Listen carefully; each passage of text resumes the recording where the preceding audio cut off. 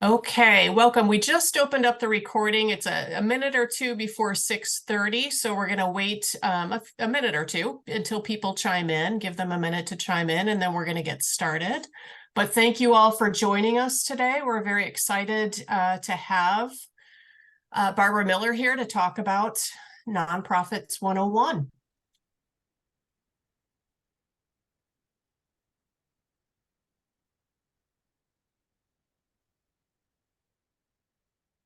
So I can see some people are joining. Yes, so we can see people joining. So I'll give it a minute or two, and then I'll get started.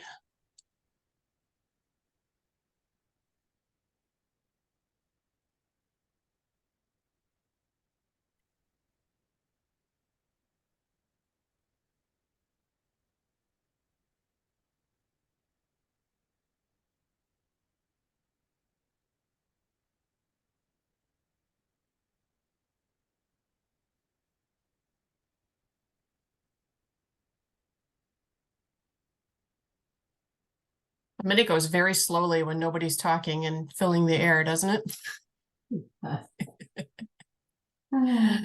All right, I have 6:30. I know people are still kind of rolling in, but I'm going to get started and give a little bit of an overview about what we're going to talk about today and SCORE in general.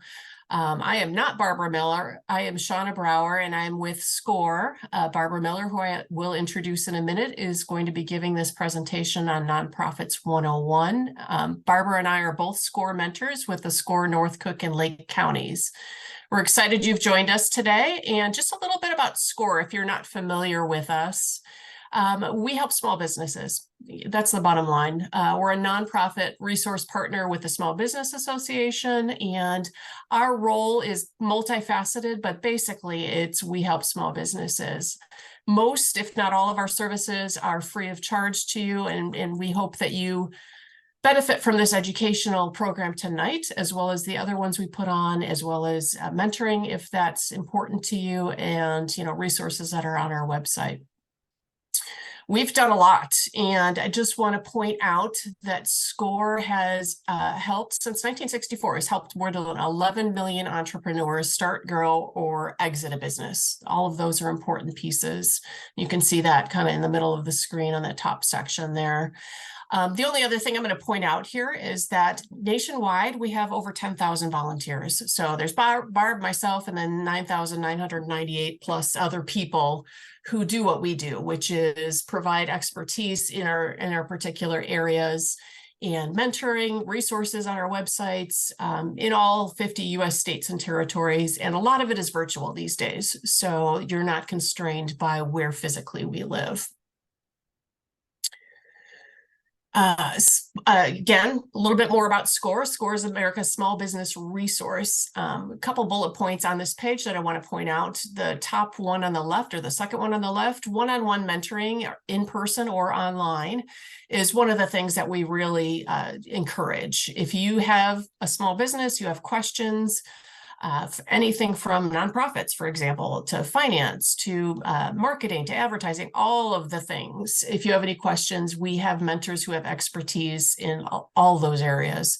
So look for one online, send in a request, and somebody will be matched with you based on your needs. In our immediate area, which is the North Cook and Lake counties of Chicagoland, we have over 70 mentors. Again, we are not constrained by the 70. There's over 10,000 nationwide. If we don't have the expertise you're looking for, I'm sure we know somebody who does. All right, we are going to start out real quickly with a poll. I am going to launch this. We just want to know a little bit about who's joining us today, so that maybe Barb can kind of answer some questions as they go along, or at least cater some of her conversation to who might be in our audience today. So I am going to launch the poll. And there's 3 questions in there. Barb, can you tell me, can you see that? I can. Yes? Okay, good. 3 questions. If you could answer those, that would be great. And then I will show you the results on there. So I see people are answering. I see people chiming in. So this is great. Give you a minute or so to chime in with those questions. They are not, anything scientific. They're more for us to get to know the audience a little bit in this virtual environment.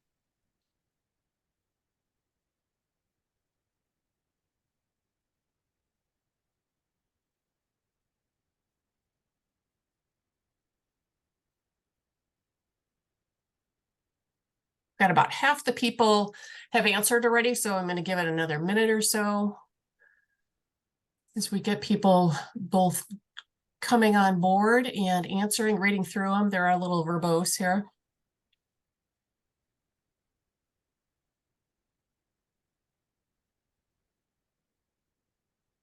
All right, I am going to, in a minute here, I'm going to end the poll, and I believe that you will be able to see the results, but just in case you can't, I'm going to kind of read them before I show them here. First question was, have you established your business already? And the choices were yes, I already have a for-profit business. About half of you do, 43% do. Yes, as a nonprofit business, 24%. So that's about 75% in total. Not yet, I've got 33%. And I did not do the math correctly. I've got 43% for profit, 24% as nonprofit, and then 33% not yet. So a little bit of a mix there. That's good. If you're considering a nonprofit, will you be providing services? 86% of you said yes. That's what your goal is, to provide a service to the community, to your population. And then thirdly, the last question, if you have or are considering a nonprofit, will you be interested in grants? So 81% said yes, I plan to seek out grants to fund my business. So the majority are looking for grants to fund your business. Only one person answered, yes, I plan to offer grants, and then no for 14%. All right. Oh, look at that. I can share those. Can you see those? Okay. All right, so that hopefully reiterates what I verbally said to you, but all right, we're going to get into the meat of the presentation here. I want to start by introducing Barb Miller and thanking her profusely for doing this. Barb, as I mentioned, is a SCORE mentor here in the North and Lake Cook counties.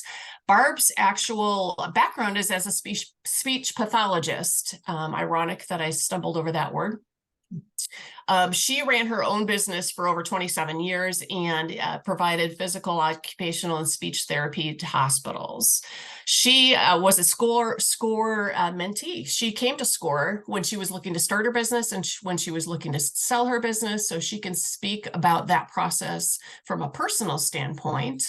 And since selling that business, she has started her own foundation, the Miller Family Foundation, which she will talk a little bit about that today as she goes through some of the examples through her presentation.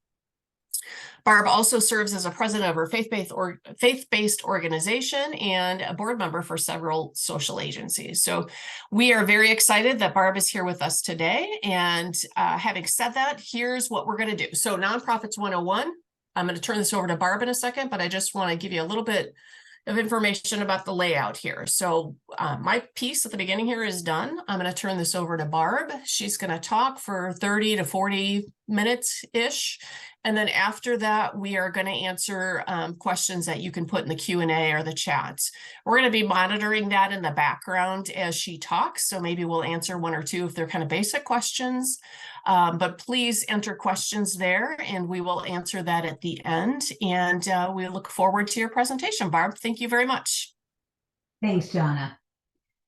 Well, thank you to everyone who is here, and thank you for your interest in Nonprofits 101. So tonight, what we're going to try to do is a few things. We're going to try to explain to you what is a nonprofit. So hopefully you'll come out of this with some information about what is a nonprofit.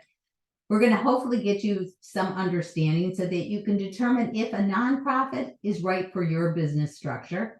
And then we're going to talk also about how to start a nonprofit and how basic principles on how to run a nonprofit. So let's get started. First, okay, change the slide, please.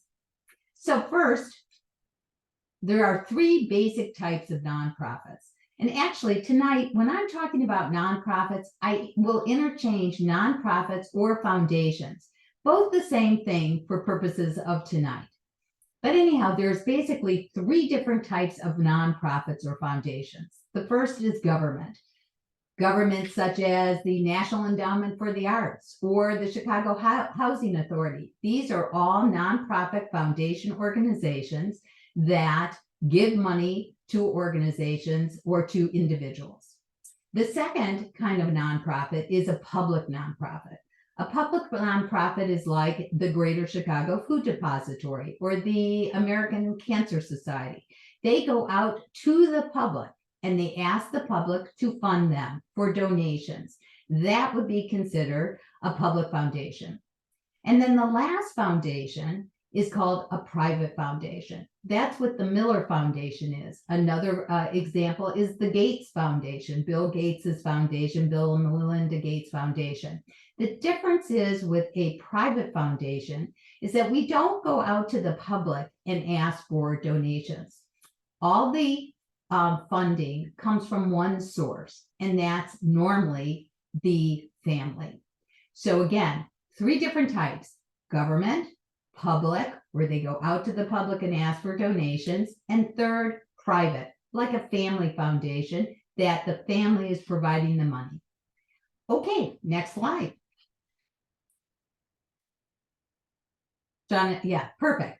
Okay, so here's a little bit, broadly speaking, the definition of a nonprofit and a for-profit. A nonprofit is basically an organization that gives money or gives grants or gives services to other organizations, institutions, or individuals. So it's giving away grants to organizations, institutions, or individuals. A for-profit company, on the other hand, their goal is to make money. Most for-profit companies are making money by selling either a product or providing a service. So again, for-profit, they want to make money. Nonprofit, they're giving money away to organizations, institutions, and individuals. Okay, next slide. So how do you decide if you should be a for-profit or a nonprofit? I think you got to ask yourself some questions before you start developing your business. Number 1, does your business have a mission? Is it to end hunger? Is it to stop climate change? Or is it to make as much money as you can possibly make? So you need to really think about what it is that you want to do. If you're trying to change something, if you're trying to make an impact on others, then that may be a nonprofit. If you want to sell something, if you want to make money, that's probably going to be a for-profit company. The second thing I think you should ask yourself or think about is, what would your day look like? What would be your job? What would be your job responsibilities? In a for-profit company, your job responsibilities may be developing product and selling product, developing services or selling services. In a nonprofit, you may spend much of your day raising money, asking for donations, writing grants. So it's a very different type of job responsibility. So again, for-profit, nonprofit. Nonprofit, do we have a mission? Do we want to make change? For-profit, do we want to develop products or services that we go out and sell? Okay, next slide. So how do you get started with a nonprofit? It's pretty much the same way that you get started when you have a for-profit business. You go to the Secretary of State's website, you get what's called an EIN number, which stands for Employee Identification Number. This is the number that the state and federal government's going to know you by. And the reason you get this is because they want to make sure payroll taxes are collected. So first, you go to the Secretary of State's website or office, you get an EIN number, and then you apply for some type of corporation, like an LLC or an S Corp or a C Corp. Then once you have that corporation, then what you're going to do is you're going to apply for a special IRS exemption for taxes. And that's called a 501c3. The reason it's called a 501c3 is because that is the number on the form that you fill out.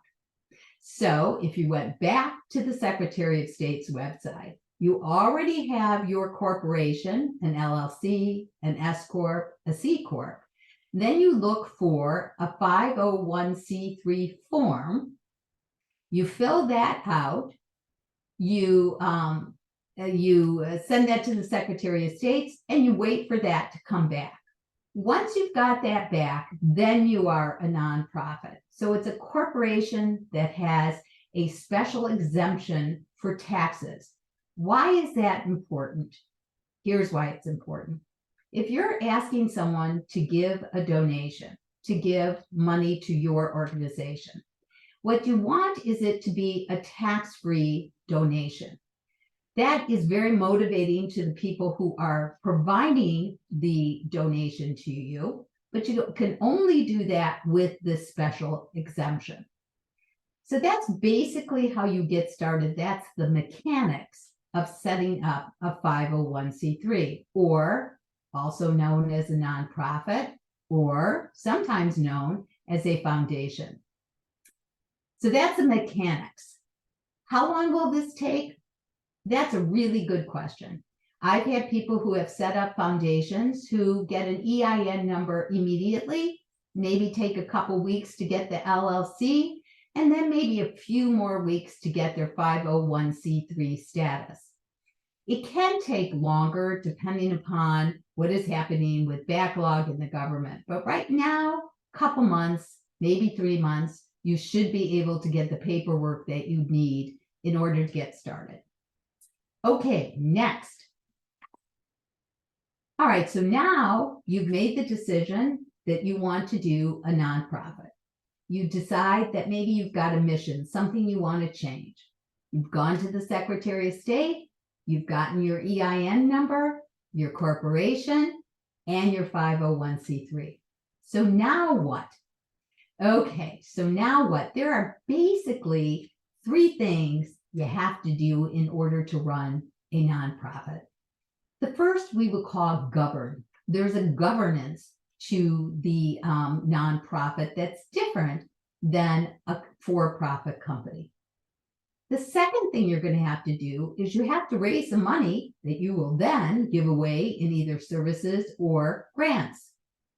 So govern, raise money, and then the third thing, which is kind of the fun thing, frankly, is to give away the money that you just raised to hopefully change or affect your community or the greater good. Okay, we're going to talk about governance now for a moment. So let's switch over to the next one. Okay, here are the governance requirements. A nonprofit definitely has governance requirements that are different than a for-profit company.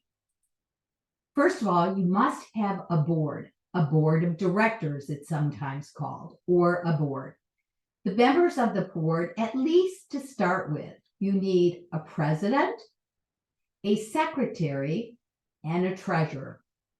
Sometimes the president is called the CEO of the board, the chief executive officer of the board.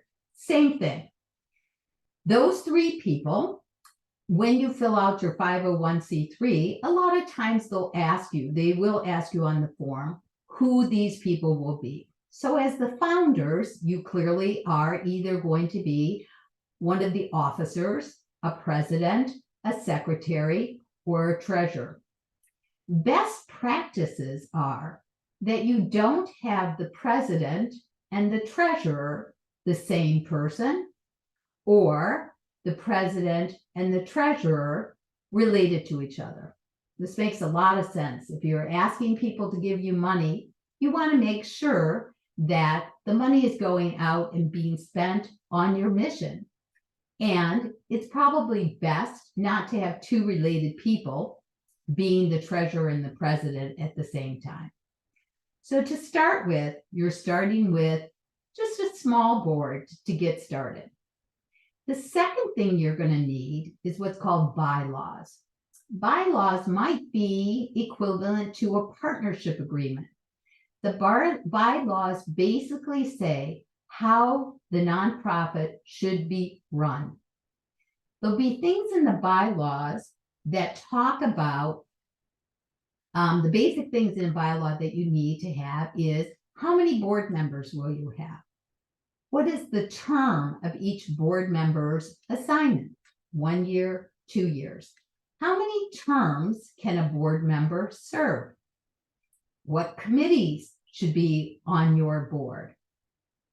What financial requirements are on your board? Meaning, who can sign a check? Who can approve a grant? Those kinds of things. These are all the things that govern how you run your nonprofit business. Bylaws, you can find bylaws in lots of different ways. You can use a lawyer to produce bylaws for you. You can actually get some pretty good bylaws on the internet, and then you can adjust them based on your particular needs.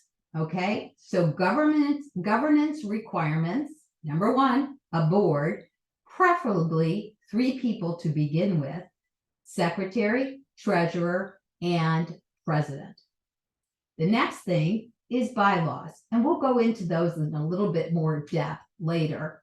But bylaws are the rules in which you govern. Term limits, financial limits, those kinds of things. The next thing you're going to want to have is mission and vision. You know, what are you trying to do? What is success to you in your nonprofit? The next thing after that is committees. What committees will you have? And the fourth thing is 1, 2, 3, 4. Fifth thing, is reporting requirements. What requirements do you have to produce reports once a year to the federal government and the general public? Okay, let's go to the next slide. There we go. Okay, so let's talk about your board a little bit more, okay? First thing, there are different designations. There are board members, there's officers, and then I have a special category for founders. Those people who actually had the vision and the passion to start whatever nonprofit it is to help the world. Anyhow, those founders are the people who actually started it. And what you might want to do is consider on a long-term basis, if you're a founder, if you're the one who's starting this nonprofit, what do you want out of the nonprofit? Do you want to be there for a certain period of time, get it up and running, and then leave? Do you want your nonprofit to exist just for your lifetime and then you leave? Do you want the nonprofit to continue after you are long gone? It's important to know this because the founders should have a place, in my opinion, the founder should have a place on the board for as long as they want to be there and have influence on the direction of the foundation. So founders may be initially on the board as officers and then may go to a status where they're a founding member, but still retain voting rights. So considering you as a person who brought this idea, brought this to life, what is it that you want to do long-term as a founder is really important. Then the next thing is you need to get some board members, okay? Now, most people, when they start a board, they go with family and friends to begin with. And that's fine, someone you know, someone you trust. And I would say in the beginning, you want to keep your board on the smaller side. Maybe you just do the 3 officers. Maybe you do 2, 3, 4 more people.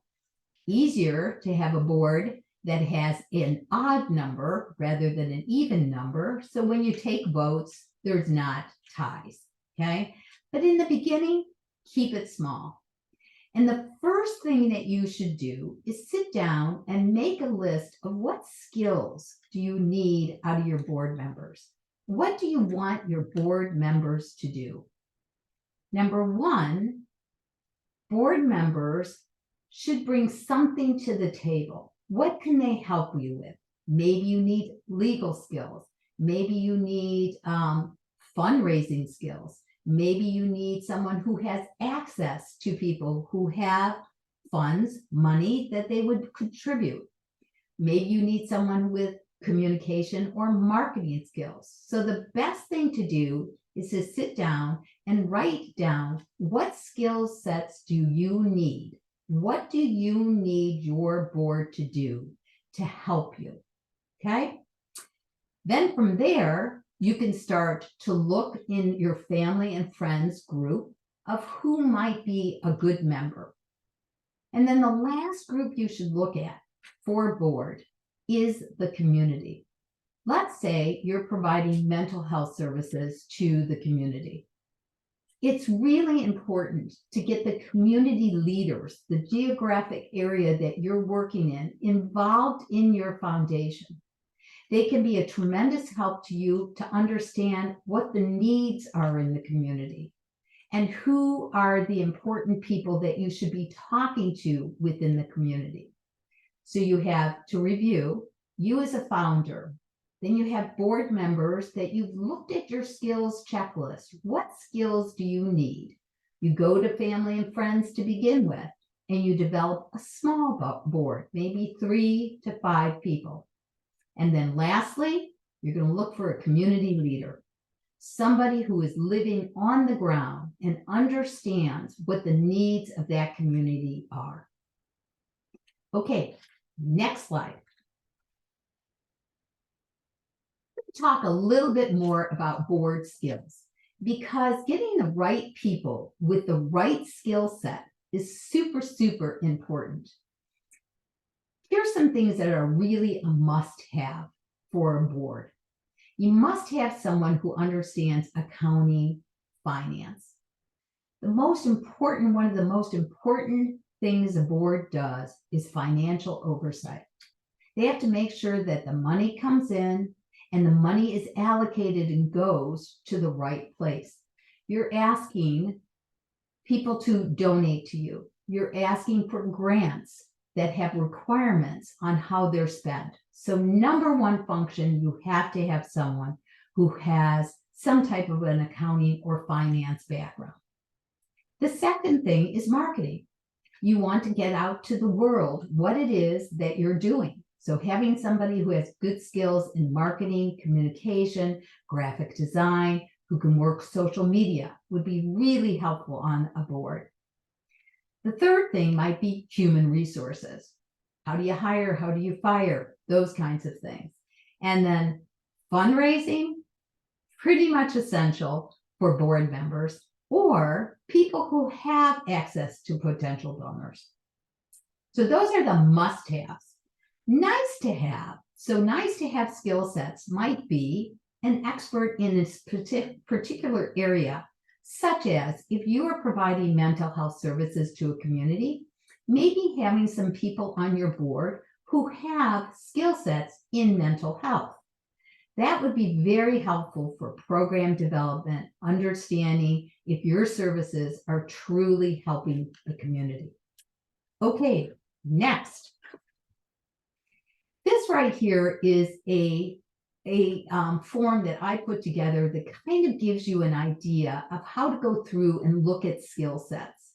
Across the top are the officers of the nonprofit: president, vice president, treasurer, secretary, legal counsel, and then a few board members. And then going down the side, you'll see different skill sets. Let's say you guys own a building. Maybe you need somebody who has skills on how to maintain a building or real estate management. The second one is investment. And if you go down and you write down every type of skill set that you think you want, and then you go through and say, the president needs these skills. The vice president needs these skills, and you mark it off. And then you go and think about your family, your friends, your community leaders. Who are these people who have skill sets that you've identified? Again, I'm going to say this again and probably many times throughout this presentation. The nature of the people on your board, the skills that you have on your board is a huge determinant to success of your organization. So take your time, look carefully, keep it small to begin with, but get the skill sets that you need. Okay, next. Okay, we talked about a little bit of this. How do you actually physically go out and talk people into being on your board? Okay, first of all, you start with the skills checklist that we just talked about. You start to target those people that have the skills that you want. Start with people who know you. It's always much easier to make a sale to somebody who knows you. So family, friends, colleagues, those are the people to start with. The next is community involvement. We talked about this. Identify who in the community is either doing the same type of service or struggling to provide the service. So again, let's use that example of a mental health, providing mental health services. Finding out who else in the community is providing mental health services, who's working on the ground and understands what the community needs is a huge, huge coup on your board that will help you tremendously. And the last that we haven't talked about is creating what I call strategic alliances. Who else is working in the environment that you can help each other? So for example, let's say you're providing physical therapy to children in a low-income area, and you find that there are pediatricians, or there are speech therapists, or there are occupational therapists who are already providing services to children. Approaching them and saying, let's do things together, is a great way to get more people working on your board and expand the services that you can provide. So again, look for people who are helping those people you want to help and see if you can bring them into your board and provide a strategic alliance. Okay, next. Now we're going to talk about bylaws. Bylaws happen to be one of my favorite things to work on. Most people will get bylaws that can be 15 to 20, 25 pages long and start to glaze over at the first paragraph. I totally get that. But again, the better your bylaws are at telling you exactly how to run this organization, the easier your job will be. So let's say you've decided that you have 8 people, 9 people on your board, because we're going to do an odd number. 9 people on your board. You're going to have 3 officers.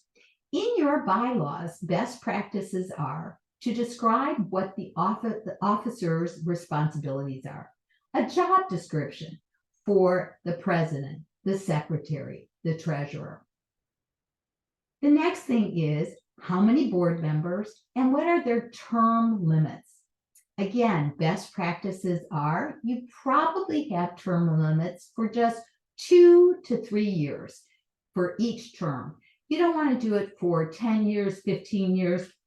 It's good and healthy to have people coming in and out of the board, new voices, new ideas. So let's say we're going to pick 2 years. Each board member can serve for 2 years on the board. Then what you want to do is, well, how many terms can someone serve?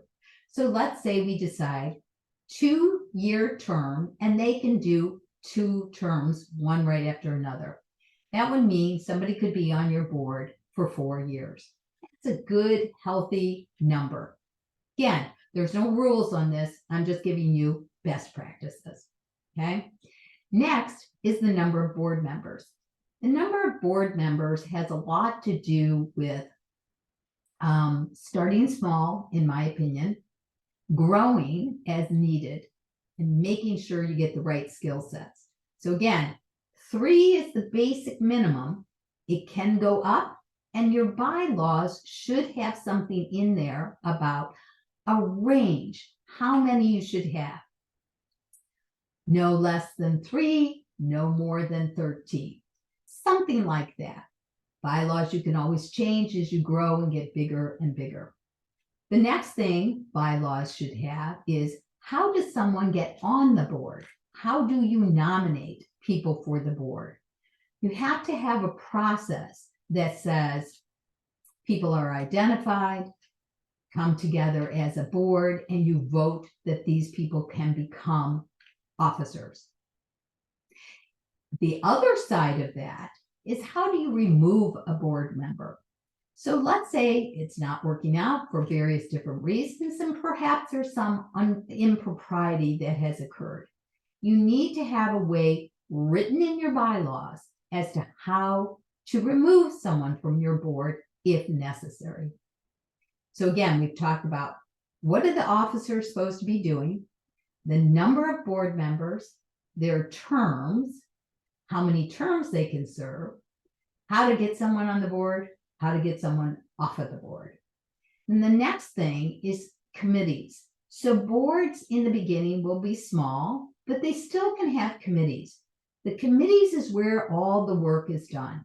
So for example, if you're again providing mental health services, you might have a committee that plans the actual therapy services. So you might have a program committee. You might have a finance committee. And actually, there are 2 different kinds of committees, ad hoc and standing. A standing committee is something you have to have, should always be there, such as finance, communications, and finance, communication, marketing, and nominating. How do you get someone on the board? Those are standing committees you should all have. Ad hoc committees, or maybe known as task force. You don't have to have these all the time, but maybe you use them every once in a while when something comes up. Let's say there's a good idea, or the community has noticed that you need more help in trauma. Maybe that mental health organization, they've had a lot of trauma in their community. So you want to start a trauma program. It's not a committee that has to happen all the time. It's ad hoc, just when needed. And then the last thing that bylaws should have in there is spending limits. So instead of giving the responsibility of the treasurer to spend whatever they want, they might want to have, you can write checks to pay our bills up to $1,000. Anything over $1,000 has to come to the board for approval. So again, financial oversight. Okay, next. Okay, so let's talk about the big picture now. So now you've got a board, you've got bylaws, but what exactly is it that you're going to do? So you have 2 things you need. You need a vision, and then you need a mission. And a vision is this: what do you want the world to look like when your organization closes down? So now you've been working in the world, helping to solve whatever problem. What does that world look like? And then the second is your mission. How will you achieve your vision? What programs, what ways are you going to make the world perfect? Here's a good example. A vision could be a world without hunger. And the way they're going to achieve that world without hunger is to develop a network of food pantries in communities of need. This happens to be the vision and mission for the Greater Chicago Food Depository. They want a world without hunger. And once they have that, they'll be able to close down. And the way they're hoping to achieve that is to develop a network of food pantries in communities of need. Okay, next. Committees. Okay, we're kind of coming back to this again. Sorry. So here we go. Standing committees, a budget committee, investment committee, nominating committee, and fundraising committee. Budget investment, we talked about nominating, how you get people on to your board, how you get people off your board. Fundraising, super important. You have to raise money in order to be able to give it away. Those are committees that every board should have. Other committees that you don't necessarily have to have all the time is programming, communications, things like that. Okay, next slide.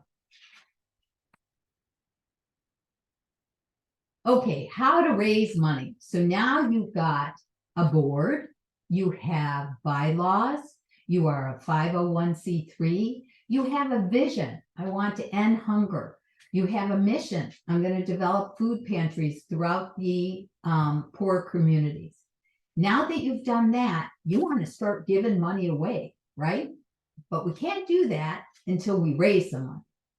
Okay, how do we do that? One of the major reasons a board is there is two things: financial oversight, and then the second one is to raise money. So you need to go to your board and make sure your board understands that raising money is part of what they do. There's a lot of different techniques that we could talk about at another time in a more in-depth, or if you wanted to reach out to me. There's different ways to work with the board, such as a get and give policy, where they are responsible for giving or getting a certain amount of money. The second way, besides working with your board, and the board will have a fundraising committee, and that fundraising committee could develop events, right? A fundraising event. The second way for you to raise money is through grants. Okay, and grants can come from lots of different places. For example, the federal government has different grants. State government has grants that you can apply for. You could go to a private foundation like my foundation or the Bill Gates Foundation, and they offer grants as well. The tricky thing about grants is to make sure, once you've found a potential grant, to read the grant requirements and make sure your organization qualifies. The number one reason that most people do not receive a grant is because they apply for a grant that they aren't really qualified to take. Here's a good example. In our foundation, we give grants to individuals to keep them out of the poverty cycle. We give money to help people with rent, utilities.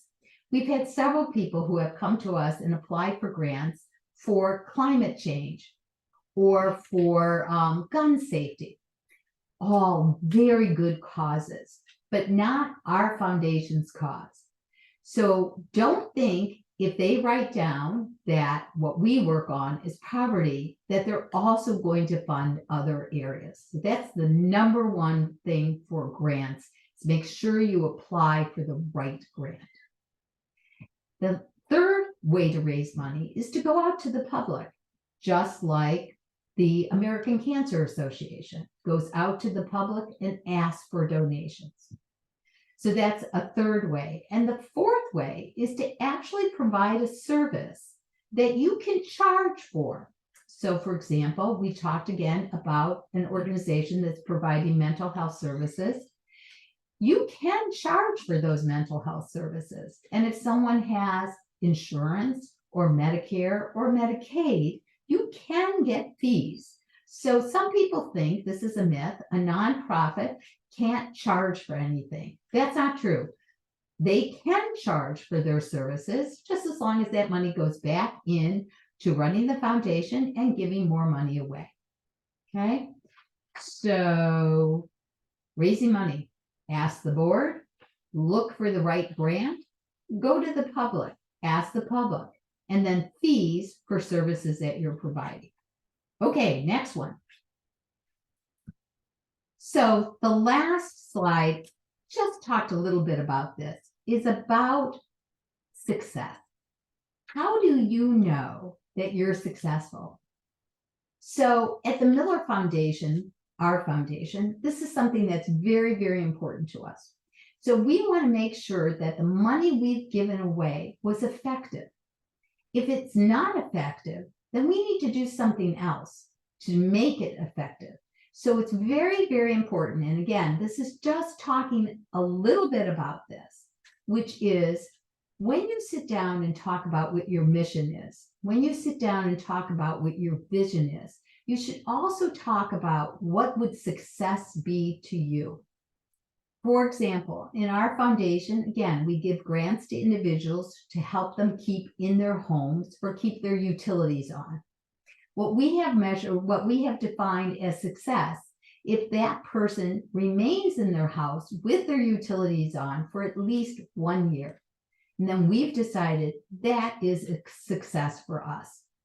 And if we are continuing to give money and hit our success numbers, then we know we're doing the right thing. If the success starts to go down, then it's a cue to you as the runner of a nonprofit, as a founder of a nonprofit, to look why. Why is this not successful? And how can we change our giving structure to make it successful? So I think now, Shauna, we're ready for some questions. Okay, yes, thank you very much, Barb. We do have a handful of questions that have come in, so I'm going to read these off to you. Yeah, perfect, great information, wonderful information. One of the first questions I got, though, was what's a good way to find out, where can I look to see the tax codes for public and private nonprofits? Is there a site or a resource that I can go for that you're aware of? Yeah, there's a couple different resources that talk a lot about foundations. One is Charity Navigator. So Charity Navigator, that's one. Another one is Charity Navigator is online. It will list every organization that is a charity, can list with them, and they will tell you everything about each one of those. But they have a section that you can go and you can look for tax codes. Excellent. So that another one is Forefront, Forefront, Forefront, which used to be called Donors Forum. This is an organization that helps nonprofits, and they have lots of really good research, and they will definitely be able to help you, give you some information on the tax codes. Great, great, great. You ask your accountant or your lawyer. Okay. This is an interesting question that came in. Do board members get paid? Okay, really good question. The answer is yes and no. Okay, so board members can get paid, but here's the thing. If you're going to pay one board member, you pretty much have to pay all of them.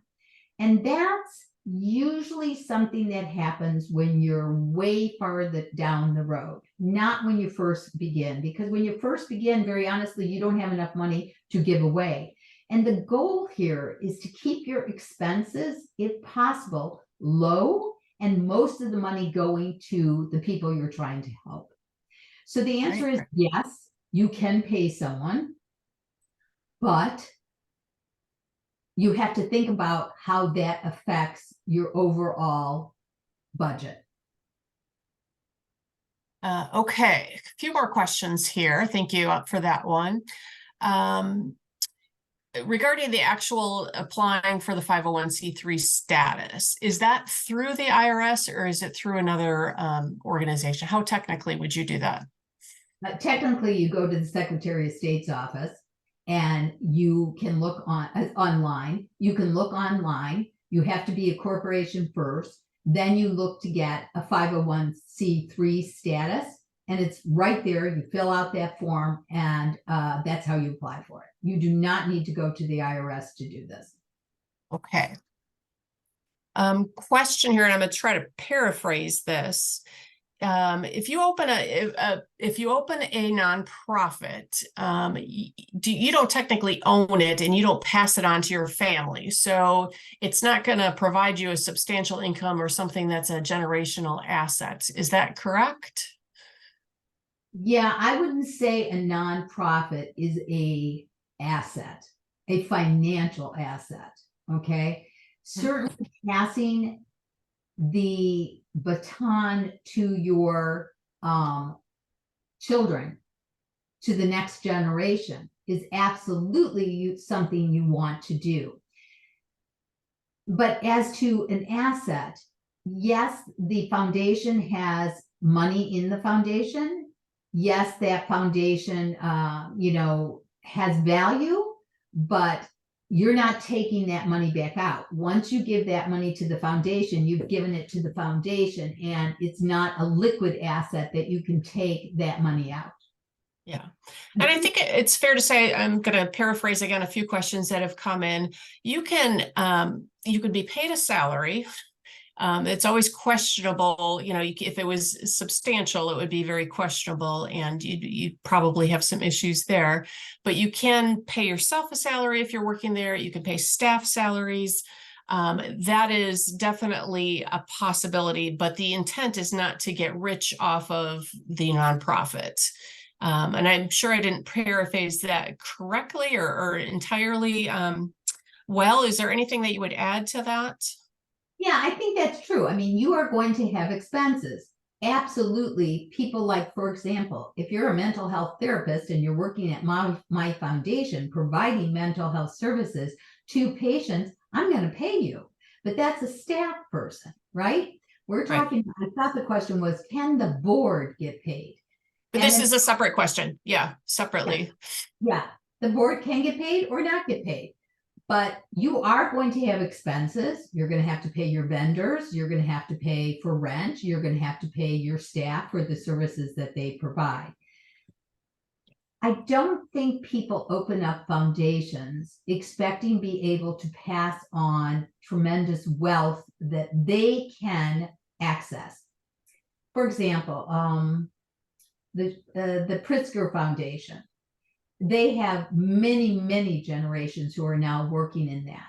Is that considered their asset? Absolutely. But it's not a liquid asset that they are going to take the money out of the foundation and use it for personal reasons later on. I think that was the question. If not, please re-chat or re-put something in the Q&A and I will respond. Okay. How about, I had a question here. I'm not sure if you're going to be able to answer this, but can you explain nonprofits like the Executive Club of Chicago? Do you know anything about that in particular? No. Okay, so sorry about that. Here's an interesting one. Can you have a nonprofit where you collect money from the public, buy a property for renting purposes, and then rent out as charity so that you don't need to ask for money every time from the public? It's kind of an interesting twist there.